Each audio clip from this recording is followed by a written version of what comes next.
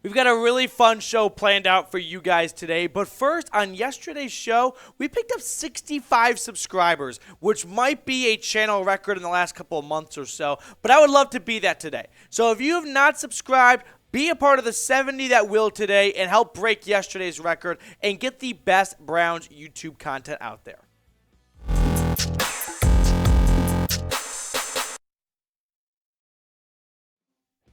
What's going on, everyone? Welcome into the Cleveland Browns Report by Chat Sports. Matthew Peterson here with, like I said, a fun show planned out. There's no big bombshell news or rumors out there right now coming off the bye. So I thought it'd be fun to go back to something I saw on Twitter a couple of days ago. Plus, I'm going to make the case for Nick Chubb to be this year's MVP. Sort of set the blueprint, the foundation for it, if you will. But earlier this week, I saw this on Twitter. Browns legend Eric Metcalf tweeting out, I'm going to throw this out there. What if Frank Reich called plays in the land next year? All right, Metcalf, I'm not going to take away from what you did during your time as a Cleveland Brown, but maybe it's best that you keep it that way because so far on Twitter, I think you're 0 for 1 on this take. This is a bad take, okay? Frank Reich, I think, is going to get a job, and he'll be very successful at it. Honestly, if we're going to make this a Colts channel really quickly, he was not set up for success having a revolving door at quarterback. But Kevin Stefanski's greatest strength is quite literally his play calling. Now, if you don't agree with me, don't just leave right now and run for the hills, because I'm going to run through my logic and reasoning why I believe Kevin Stefanski probably gets a little bit too much heat than he deserves. I understand you're talking about a team that went 8-9 last year after a playoff win. This year they're 3-5. You want to start pointing fingers. Easy place and first place to point to is the head coaching position. And Stefanski's not off the hook for what's been an underwhelming season so far. But look at the NFL points per game leaders. The Browns are 7th right now at 25. Look at this list a little closer. I see Patrick Mahomes, Jalen Hurts, Josh Allen, granted a Geno Smith none of us saw coming, Lamar Jackson, Joe Burrow, and Kirk Cousins. I mean, outside of Kirk Cousins, those are some elite quarterbacks right there.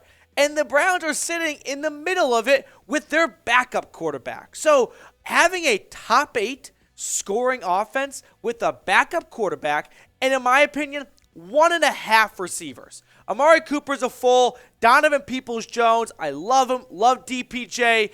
But I don't know if he's a legit wide receiver too for a whole season. He makes some great catches. He has some great games. But I haven't seen it consistently for an entire year just yet, which will change with Deshaun Watson. But to have those things in a pass-happy league where everyone's throwing the football and you're in the top 8, that's a big round of applause to your head coach right there.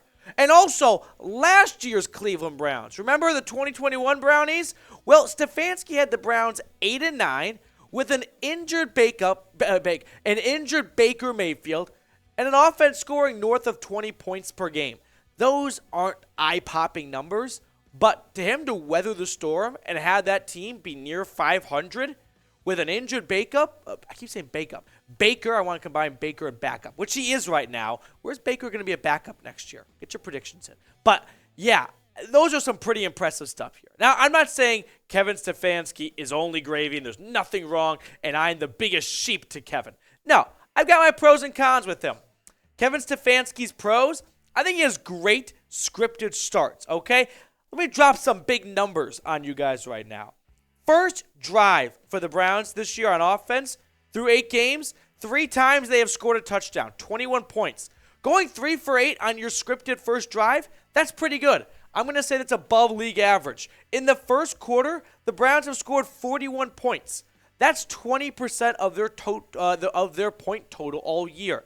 To get 20% in the first quarter, which is traditionally the least scoring quarter for most teams, credit to Stefanski, having his offense ready to go. He also leans into his team strengths, right? He knows, hey, we have a really good running back core and offensive line. Let's run the football. The Browns are always at the top of the rushing leaderboard with him, and he builds up his quarterbacks. I mean, look how bad Baker is right now. Really makes you wonder what Stefanski did to get the best out of him, because he's getting benched for P.J. Walker in Carolina. As for the cons, he has meltdowns in key moments. This is a very, very true thing that might ultimately be his Achilles heel in years to come if it's not already right now. His situational last 2 minutes of games and halves, they need to improve. I don't really understand. I sort of do, but he's got a deep hatred for Nick Chubb in the last 2 minutes of a game. Kareem Hunt is a better pass protector and a better dump it off if Jacoby Brissett can't find something downfield. But Nick Chubb is one of your best players. I'd rather have Chubb on the field than Anthony Schwartz in the last 2 minutes of the game. And then there's also this. There's the other 2/3 of a team. Defense and special teams, which he sort of neglects at times. And it's only offense for him. You're not the OC, Kevin. You're the head coach. Listen, I'm going to give Kevin Stefanski until the end of 2023 when he's had Deshaun Watson for a full year and a third or a quarter, whatever it is, remaining this season to really make my full opinion on if Kevin Stefanski is this team's coach for the next decade plus here. But do you believe in Kevin Stefanski? Let me know in the comments section below if you think Kevin Stefanski is the guy, right? Is he him for the Cleveland Browns? Okay, we've got a brand new sponsor here at Chat Sports I'm super excited to share with you guys today. So today's Cleveland Browns report is sponsored by Established Titles. Established Titles is a fun and novel way to preserve the natural woodlands of Scotland while helping global reforestation efforts. It is a project based on a historic Scottish custom where landowners are referred to as lairds or lords and ladies in English. Title packs give you at least 1 square foot of dedicated land with a unique plot number on a private estate in Edelston, Scotland, and an official certificate with a crest. We plant a tree with every order and work with global charities, One Tree Planted, and Trees for the Future to support global reforestation efforts. You can officially include the title Lord or Lady on your credit card, plane tickets, dating profiles, etc. It makes a great last-minute gift. The first 200 people purchasing a title pack using my link will effectively be next to my plot within a few minutes of walking distance. Depending on how many of you want to become a lord or a lady, we can build our own little Browns Report kingdom. It makes an amazing last-minute gift. Established Titles is actually running a massive early Black Friday sale right now with discounts up to 80% off. Plus, if you use promo code CHAT, you can get an additional 10% off. Go to establishedtitles.com/chat to get your gifts now and help support the channel. That link is in the comments and the description of today's show. Now, speaking of today's show, the rest of the show I want to spend talking about Nick Chubb. Nicholas Jamal Chubb, number 24. Because I'm going to make a case, make an outline, make a blueprint for Nick Chubb to be the 2022 NFL MVP. So let's spend the rest of the show kind of looking at some numbers here. But first things first, I want to show you guys this. Saw this on Twitter. Oh, we lost it. Don't worry. Producer Trace Gerard's on the scene. Bingo. There it is. Houdini. I saw this on Twitter yesterday, 2 days ago, whatever. And I want to share it with you. All right. It is Derrick Henry being asked about Nick Chubb before Sunday Night Football. And he said,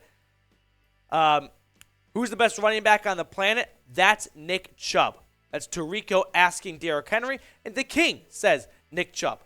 And so far this year, they have been neck and neck for the NFL rushing title. Now, right now, Derrick Henry does have the edge with 870 yards. But look at the difference in carries. 183 to 149. Quick math, that's 34 carries. That's a game and a half for some players. So Derrick Henry's had a game and a half more than Nick Chubb in carries, and he's only got 29 more yards to show for it.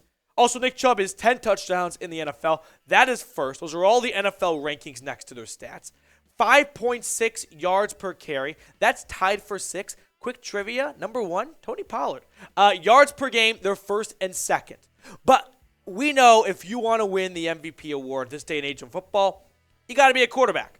Look at the last 10 NFL MVPs right now for the across the NFL here. The last 10 MVPs, back-to-back, Aaron Rodgers, Lamar Jackson, Patrick Mahomes, Tom Brady, Matt Ryan, Cam Newton, Aaron Rodgers again, Peyton Manning, and then we get to Adrian Peterson, the last player who was not a quarterback to win the MVP award, doing so in 2012, where you had these stats right here. 348 carries, over 2,000 yards, 6 yards per carry, just about, and 12 touchdowns. Now, usually in the NFL, last 9 years, as we just pointed out, the award goes to a quarterback. Here are the top 3 quarterbacks this year, statistically, in my opinion. Patrick Mahomes is, in my opinion, pretty far from the rest of the group. 21 touchdowns to 6 interceptions. Josh Allen, just not in the cards for him. 19 touchdowns, 8 interceptions. He might even miss a game, hopefully 2. Sorry, Josh, with that UCL injury. And then I just tossed Geno Smith on there to give him some credit because he's had an awesome year so far. But Nick Chubb so far, these are his projected 2022 stats for the rest of the year. 1,700 yards, 5.6 yards a carry on average, 317 carries. These are his numbers if you were to stretch it out for the rest of the season. And 21 touchdowns. Guys, the last player to rush for 20-plus touchdowns was LT, which he did in 2006 with 28. And he also happened to win the MVP award. So you're telling me the last guy that rushed for over 20 touchdowns won the MVP award? And there's not a clear and obvious quarterback that's running away with the MVP title midway through the year? This might be a lazy take, but if there's not a clear and obvious quarterback, like there has been most years where Lamar went off or Mahomes went off in 2018, Rodgers the last 2 years was sort of undoubtedly the MVP. God forbid, why don't we switch it up and give it to a running back who, if he eclipsed 20 touchdowns, the first one to do so since 2006, give it to him. Do it. I dare you. So if you think Nick Chubb should be in the MVP conversation, let's show our guys some love to wrap up today's video. Spam 24 in the comment section below if you think Nick Chubb should be in the MVP conversation.